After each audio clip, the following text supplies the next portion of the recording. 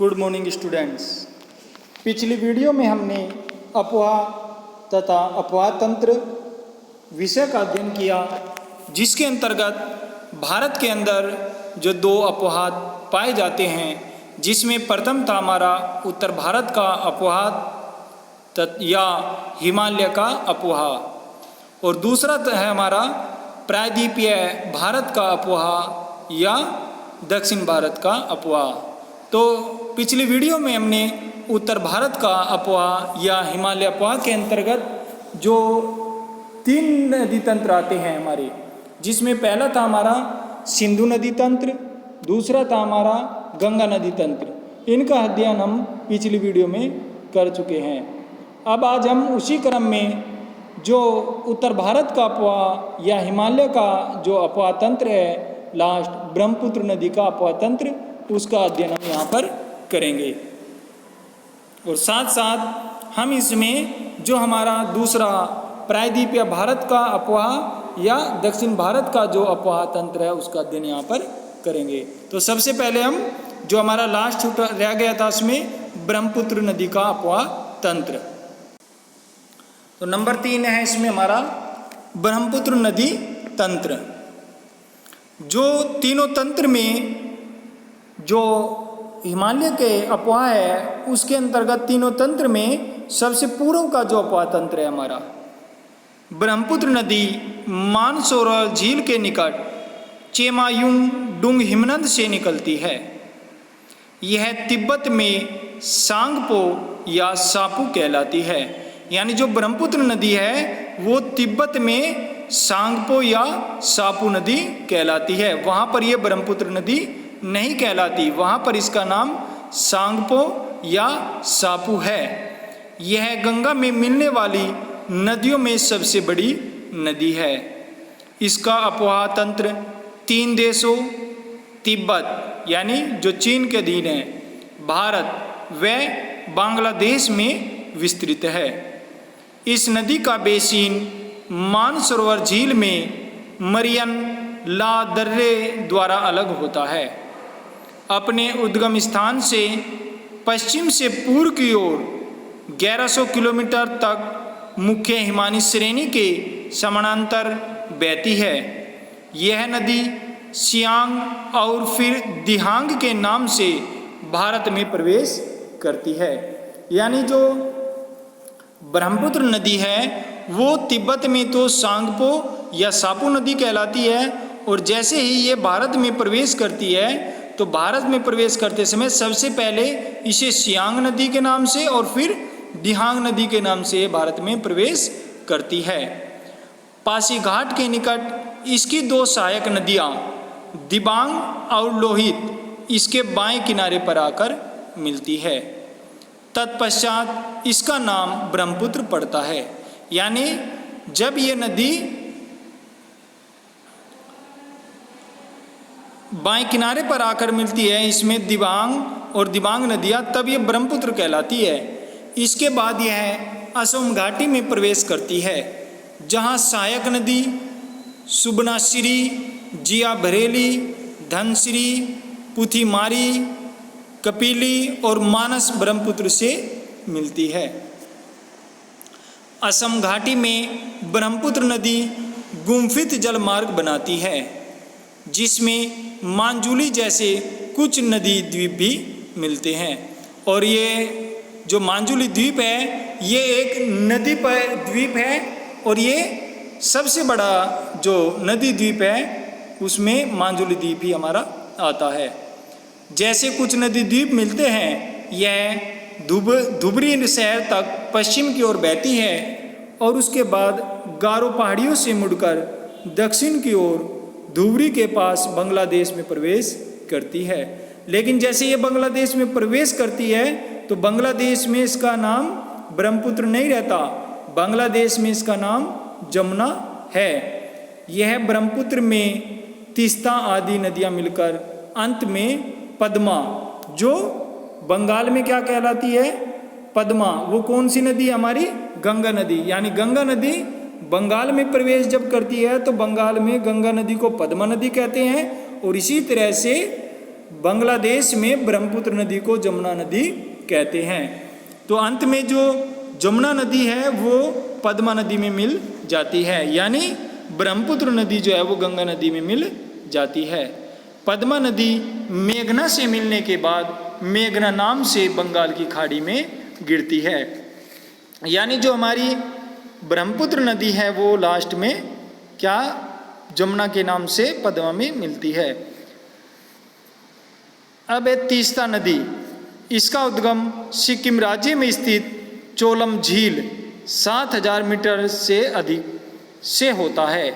इसकी सहायक नदी रंगीत है जो सिक्किम के रंगोत हिमनद से निकलती है। इस तरह से हमारा जो हिमालय का अपवाह है वो समाप्त होता है। अब हमारा आगे है नंबर 2, दक्षिण भारत का अपवाह या प्रायद्वीपीय भारत का अपवाह। प्रायद्वीपीय अपवाह तंत्र। भारतीय प्रायद्वीप एक प्राचीन स्थिर भूखंड है, अतः प्रायद्वीप की नदियाँ हिमालय की तुलना में अधिक पुरानी है, जो प्रौढ़ अवस्था को प्राप्त कर चुकी है, अर्थात आधार तल को प्राप्त कर चुकी है। इनकी ढाल प्रवणता अत्यंत कम है। नदियों ने कम ऊर्ध्वाधर अपरदन तथा अधिक क्षैतिज अपरदन के कारण चौड़ी तथा उतली घाटियों का निर्माण किया है। ये नदियाँ वर्षा जल पर निर्भर रहती हैं तथा ग्रीष्म ऋतु में सूख जाती हैं। यानी जो प्रायद्वीप पठार की नदियाँ हैं वे सदावाहिनी नदियाँ नहीं हैं। उनमें जो नदियों में जल प्राप्त होता है वो वर्षा के द्वारा प्राप्त होता है।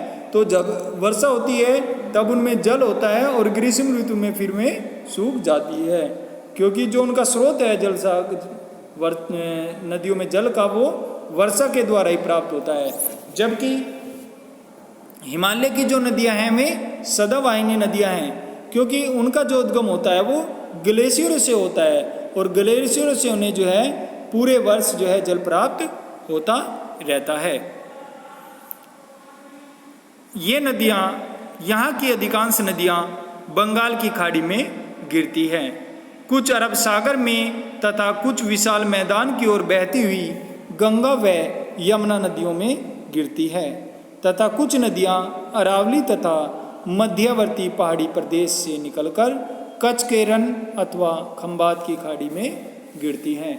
यानी जो प्रायद्वीप पठार की नदियाँ हैं उनमें से कुछ नदियाँ हमारी बंगाल की खाड़ी में, कुछ हमारे अरब सागर में, और जो हमने हम पढ़ी थी जिसमें चंबल, सोन, बेद, ये नदी हमने जो पढ़ी थी टोंग नदी, ये हमारी क्या है उत्तर की ओर बहती हुई गंगा नदी में मिल जाती है। अब यहाँ की जो प्रमुख नदियाँ हैं उनको दो भागों में विभक्त किया जाता है, जिसमें नंबर 1 है बंगाल की खाड़ी में गिरने वाली नदियाँ और नंबर 2 है अरब सागर में गिरने वाली नदियाँ। नंबर 1 बंगाल की खाड़ी में गिरने वाली नदियाँ, जिसमें महानदी, स्वर्णरेखा, गोदावरी, कृष्णा, पेनार, कावेरी, प्लाई, वेगाई तथा त्रामपर्णी नदियाँ बंगाल की खाड़ी में गिरती हैं। जिसमें नंबर 1 है हमारी महानदी। यह नदी छत्तीसगढ़ के रायपुर जिले में सिहावा से निकलकर पूर्व व दक्षिण पूर्व की ओर बहती हुई कटक, उड़ीसा के निकट बड़ा डेल्टा बनाती हुई बंगाल की खाड़ी में गिरती है। महानदी की कुल लंबाई 858 किलोमीटर है। इसका जल प्रवाह क्षेत्र 1,41,589 वर्ग किलोमीटर है।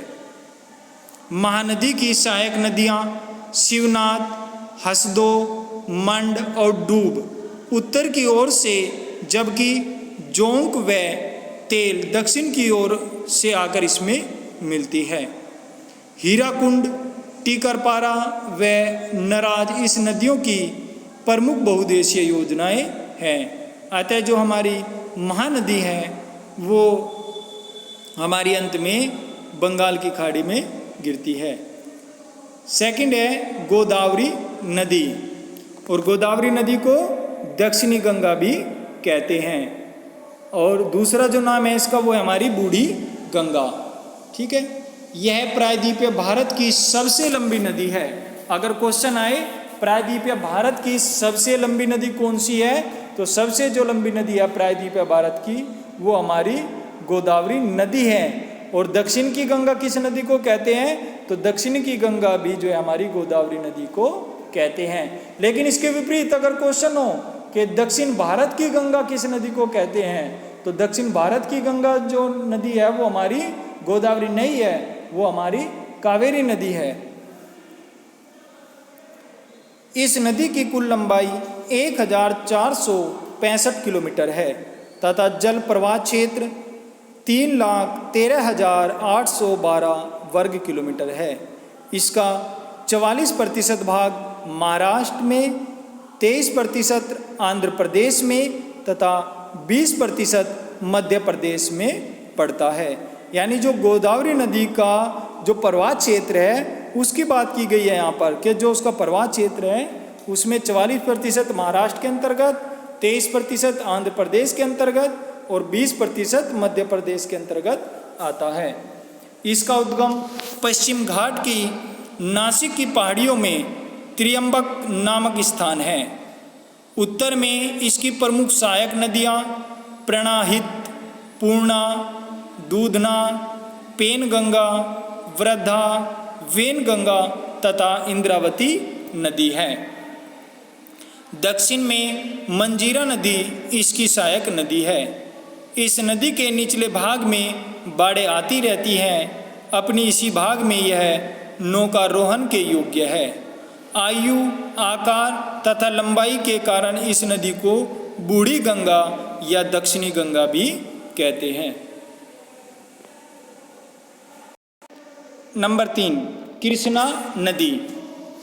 कृष्णा नदी प्रायद्वीपीय भारत की दूसरी सबसे बड़ी नदी है। और पहली सबसे बड़ी नदी कौन सी है प्रायद्वीपीय भारत की, वो है हमारी गोदावरी नदी, और दूसरी जो है हमारी कृष्णा नदी।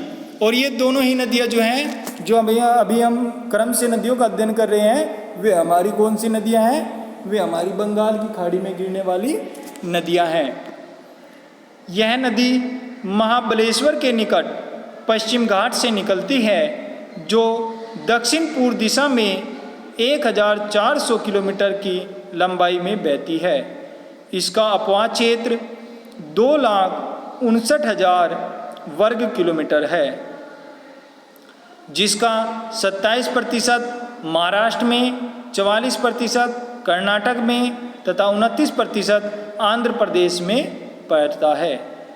तुंगभद्रा एवं भीमा इसकी प्रमुख सहायक नदियां हैं। कोयना, यरला, वर्णा, पंचगंगा, दूधगंगा, घाटप्रभा, मालप्रभा और मूसी अन्य सहायक नदियां हैं। कृष्णा नदी डेल्टा बनाती हुई बंगाल की खाड़ी में गिरती है। नंबर 4 है इसमें हमारी कावेरी नदी। और अभी हमने बताया था कि कावेरी जो नदी है वो क्या कहलाती है, दक्षिण भारत की गंगा। और इसी के विपरीत जो दक्षिणी गंगा है वो कौन सी, हमारी गोदावरी नदी। तो इस अंतर को आप ध्यान रखना कि दक्षिणी जो गंगा है वो गोदावरी नदी है, और दक्षिण भारत की गंगा किस नदी को कहते हैं, वो हमारी कावेरी नदी है। कावेरी नदी कर्नाटक के कुर्ग जिले में ब्रह्मगिरी के निकट से निकलकर 805 किलोमीटर लंबी तथा 87,900 वर्ग किलोमीटर क्षेत्र पर बहती है। इसके कुल अपवाह क्षेत्र का 3% केरल में, 41% कर्नाटक में तथा 56% तमिलनाडु में पड़ता है। इसकी प्रमुख सहायक नदियाँ हेरंगी, हेमावती, लोकापावनी, शिमसा नदी, लक्ष्मण तीर्थ नदी, सुवर्णवती नदी, भवानी नदी और अमरावती हैं। और इनमें से ज़्यादातर जो कंपटीशन में पूछी जाती है आपकी, वो हमारी अमरावती नदी आती है इसकी सहायक नदियों के अंतर्गत। यह नदी शिवा समुद्रम नामक प्रसिद्ध जलप्रपात बनाती है। कावेरी नदी को दक्षिण भारत की गंगा उपमा प्रदान की गई है और इसके प्रवाह क्षेत्र को rice bowl of South India यानी दक्षिण भारत का चावल का कटोरा इसे कहा जाता है, इसके अपवाह या प्रवाह क्षेत्र को। नंबर 5 है ब्राह्मणी, वैतरणी और स्वर्ण रेखा नदी। ये तीनों ब्राह्मणी तथा स्वर्ण रेखा नदी छोटा नागपुर पठार पर रांची के दक्षिण पश्चिम से निकलती है तथा वैतरणी नदी ओडिशा के कयोझार पठार से निकलती है। ब्राह्मणी नदी कोयल और सांक नदियों से मिलकर बनी है। इसकी लंबाई 705 किलोमीटर है तथा स्वर्ण रेखा नदी की लंबाई 395 किलोमीटर है। और जो रांची की से पठार की जो नदियां हैं, छोटा नागपुर पठार की, उनकी विशेषता क्या है कि वह रांची से चारों तरफ नदियां प्रवाहित होती है। नंबर 6 हमारी पेनार नदी। इस नदी की 2 शाखाएं हैं। प्रथम उत्तरी पेनार नदी, यह कर्नाटक के कोलार जिले के नंदी दुर्ग पहाड़ी से निकलकर आंध्र प्रदेश में प्रवाहित होती हुई बंगाल की खाड़ी में गिरती है। इसका अपवाह क्षेत्र कृष्णा तथा कावेरी के मध्य 55,213 वर्ग किलोमीटर है। द्वितीय है दक्षिणी पेन्नार नदी। केशव की पहाड़ी जो कर्नाटक राज्य के अंतर्गत है से निकलकर उत्तरी पेन्नार के दक्षिण में प्रवाहित होती हुई बंगाल की खाड़ी में गिरती है। नंबर 7 है इसमें वेगाई नदी। यह नदी तमिलनाडु राज्य के मदुरई जिले के वर्षानद पहाड़ी से निकलकर मदुरई, रामनाथपुरम आदि जिलों से प्रवाहित हुई होते हुए मंडपम के पास पाक की खाड़ी में गिरती है। मदुरई इसी नदी के तट पर स्थित है। और लास्ट है इसमें हमारी त्रामपणी नदी। यह भी तमिलनाडु राज्य के तिरुनेलवेली जनपद की प्रमुख नदी है। इसका उद्गम दक्षिणी सह्याद्री के अगस्त्यामलाई पहाड़ी के ढाल से होता है। यह नदी मन्नार की खाड़ी में गिरती है। यानी जो वेगाई नदी है वो पाक की खाड़ी में और जो त्रामपर्णी नदी है वो मन्नार की खाड़ी में गिरती है। अब जो हमारा अगला है इसमें अरब सागर में गिरने वाली नदियाँ, लेकिन उससे पूर्व हम मैप के द्वारा जो हमारी बंगाल की खाड़ी में गिरने वाली नदियाँ हैं और जो हमारी अरब सागर में गिरने वाली नदियाँ हैं उसके साथ साथ जैसे हमने इसमें देखा कि जो खंबात की खाड़ी, साथ साथ हमारा जो कच्छ का रण है इसमें विलुप्त होने वाली नदियों को भी आगे हम पढ़ेंगे। तो इन सभी को एक बार हम मैप के द्वारा समझ लेते हैं। हमने हिमालय के जो अपवाह है उसके अंतर्गत आने वाले जो नदी तंत्र है उनको हमने पहले समझ लिया था। अब हम केवल जो हमारा दक्षिण का जो पठार है यानी प्रायद्वीपीय अपवाह तंत्र की जो नदियां हैं उनके बारे में यहाँ पर देखेंगे, जिसमें जो इसका विभाजन किया गया है उसमें आपने देखा एक तो हमारी बंगाल की खाड़ी, और बंगाल की खाड़ी जो हमारी पठार के पूर्व की ओर है, ये हमारी बंगाल की खाड़ी है और ये हमारा अरब सागर है। तो बंगाल की खाड़ी में गिरने वाली नदियाँ यानी पूर्वी तट के किनारे से जो समुद्र में गिरने वाली नदियाँ हैं, और दूसरी है पश्चिम की ओर से जो अरब सागर में गिरने वाली नदियाँ हैं, उनका अध्ययन हम यहाँ पर करेंगे।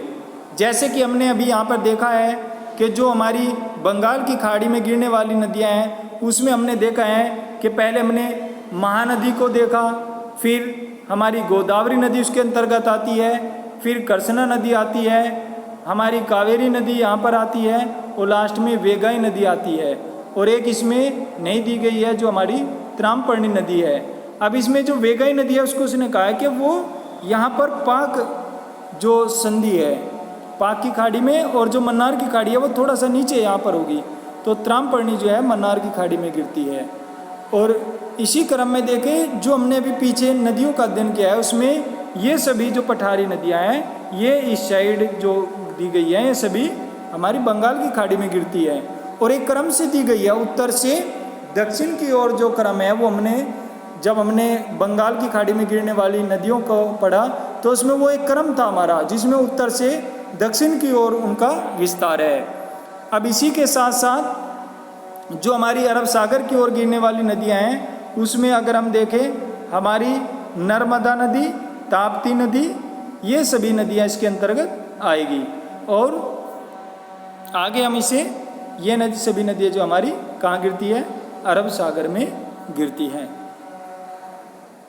लेकिन इसके साथ साथ जो हमारे उत्तर भारत की नदियां थी, जिसमें हमारा सिंधु जो नदी तंत्र है वो भी हमारा कहाँ पर गिरता है, वो भी अरब सागर में ही आकर वे नदियों का तंत्र गिरता है। ऐसा नहीं है कि केवल दक्षिण भारत की नदी तंत्र ही इसमें आता है। अरब सागर में गिरने वाली नदियाँ, जिसमें पहली हमारी नर्मदा नदी। नर्मदा नदी का उद्गम मेकाल पर्वत की अमरकंटक चोटी, जिसकी ऊंचाई 1057 मीटर है, से हुआ है। इस नदी की कुल लंबाई 1312 किलोमीटर तथा अपवाद क्षेत्र 98,795 वर्ग किलोमीटर है। इस नदी जिसका 87% भाग मध्य प्रदेश में, 11.5% भाग गुजरात में तथा 1.5% भाग महाराष्ट्र में पड़ता है। यानी जो इसका अपवाद क्षेत्र है वो हमारा मध्य प्रदेश में सबसे अधिक है और महाराष्ट्र में सबसे कम। अरब सागर में गिरने वाली प्रायद्वीपीय भारत की यह सबसे बड़ी नदी है। इसके उत्तर में विंध्याचल और दक्षिण में सतपुड़ा पर्वत है। यानी जो नर्मदा नदी है वो हमारी विंध्याचल और सतपुड़ा पर्वत के मध्य से होकर बहती है। इन पर्वतों के बीच यह भ्रंश घाटी में बहती है। जबलपुर के निकट भेड़ा घाट के संगमरमर चट्टानों में एक भव्य कंदरा और कपिल धारा यानी धुआंधार जलप्रपात स्थित है, जहाँ 23 मीटर की ऊंचाई से जल गिरता है। यह बड़ौच के निकट जवार नंदमुख द्वारा खंबात की खाड़ी में गिरती है। इसकी प्रमुख सहायक नदियाँ ओरिसन, तवा, बरनेर, कोनार आदि है। और जो ये हमारी नर्मदा नदी है और साथ साथ जो हमारी ताप्ती नदी हैं, ये दोनों ही अरब सागर में गिरती हैं और दोनों ही भ्रंश घाटी से प्रवाहित होती है और दोनों की ही जो दिशा है वो हमारी पश्चिम की ओर प्रवाहित होने वाली ये नदियां हैं। नंबर 2, ताप्ती नदी। यह मध्य प्रदेश के बैतूल जिले के मुल्ताई नामक स्थान के पास सतपुड़ा श्रेणी 762 मीटर की ऊंचाई से निकलती है। इस नदी की लंबाई 274 किलोमीटर व प्रवाह क्षेत्र 65,145 वर्ग किलोमीटर है। इसके बेसिन का 79% भाग महाराष्ट्र में, 15% भाग मध्य प्रदेश में तथा 6% भाग गुजरात में पड़ता है। यह नदी सतपुड़ा तथा अजंता पर्वतों के बीच भ्रंश घाटी में प्रवाहित होती है। इसकी सहायक नदी पूर्णा है। ताप्ती नदी नर्मदा के समानांतर सतपुड़ा के दक्षिण से बहकर खंबात की खाड़ी में गिरती है और इसके मुहाने पर सूरतनगर स्थित है। जैसे कि इसमें बताया था आपको कि ये दोनों जो नदियां हैं, ये ताप्ती नदी नर्मदा नदी के जो दक्षिण में सतपुड़ा श्रेणी है उसके दक्षिण में ये बहती है। यानी नर्मदा नदी के दक्षिण की ओर प्रवाहित होने वाली ये नदी है और ये भी भ्रंश घाटी से ही प्रवाहित होती है और इसके साथ साथ इन दोनों की जो दिशा है वो पश्चिम की ओर है। नंबर 3 है साबरमती नदी। यह नदी राजस्थान में मेवाड़ पहाड़ियों से निकलकर गुजरात में प्रवाहित होती हुई खंबात की खाड़ी में गिरती है। यह नदी 320 किलोमीटर लंबी है। अहमदाबाद नगर इस नदी के किनारे स्थित सबसे बड़ा नगर है। यह पश्चिम में प्रवाहित होने वाली तीसरी बड़ी नदी है। नंबर 4, माही नदी। इसका उद्गम मध्य प्रदेश के धार जिले में विंध्याचल पर्वत के पश्चिम भाग में मेहंद झील से होता है। माही नदी 553 किलोमीटर की दूरी तय करने के बाद खंबात की खाड़ी में गिरती है। इस नदी का अपवाह क्षेत्र मध्य प्रदेश, राजस्थान और गुजरात राज्यों में फैला है। सोम और जाखम इसकी प्रमुख नदियां हैं, सहायक नदियां हैं। और लास्ट है नंबर 5, लूनी नदी। राजस्थान में अजमेर के दक्षिण पश्चिम में अरावली श्रेणी के नाग पर्वत से निकलकर 320 किलोमीटर प्रवाहित होने के बाद कच्छ के रण के दलदल में विलुप्त हो जाती है। सरस्वती, जवाई, सूखड़ी, लीलड़ी, मीठड़ी नदियाँ लूनी की सहायक नदियाँ हैं। यानी जो राजस्थान की नदी है लूनी नदी, ये नदी जो है विलुप्त नदी है, जो कच्छ के रण में जाकर विलुप्त हो जाती है। ये ना तो खंबात की खाड़ी में गिरती है और ना ही इसका जो जल प्रवाह है वो अरब सागर में गिरता है। ये मध्य मार्ग में ही जो कच्छ का रण है वहाँ पर ये दलदल में विलुप्त हो जाती है। अब जो हमने यहाँ पर अरब सागर में गिरने वाली जो नदियाँ हैं उनका अध्ययन किया, जो हमारी प्रायद्वीप या पठार की नदियाँ हैं, उसमें अगर हम देखें इनमें जो इनकी दिशा है बंगाल की खाड़ी में गिरने वाली की, उसमें हिमालय से उत्तर से दक्षिण की ओर प्रवाहित होते हुए आती है। लेकिन 3 नदियाँ ऐसी हैं जो सभी के विपरीत बहती है, यानी पश्चिम दिशा में बहने वाली जो नदियाँ हैं वे 3 नदियाँ हैं, जिसमें हमारी नर्मदा नदी, ताप्ती नदी और साबरमती नदी, ये 3 नदियाँ हैं जो पश्चिम की ओर प्रवाहित होती है। इसीलिए क्वेश्चन भी आ जाता है, और ज़्यादातर जो क्वेश्चन आता है इसमें कंपटीशन के अंदर वो पश्चिम की ओर प्रवाहित होने वाली नदियों में नर्मदा और ताप्ती से संबंधित आता है।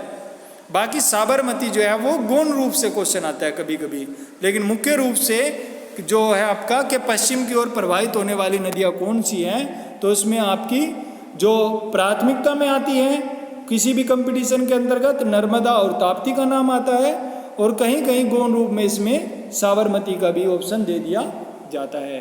तो इस तरह से हमारा जो अपवाह तंत्र वाला चैप्टर है वो कंप्लीट हो जाता है। अब आगे जो नया विषय होगा हमारा वो होगा हमारा मानसून, और मानसून में भी भारतीय मानसून की उत्पत्ति और उसके साथ साथ अल नीनो। ठीक है, धन्यवाद।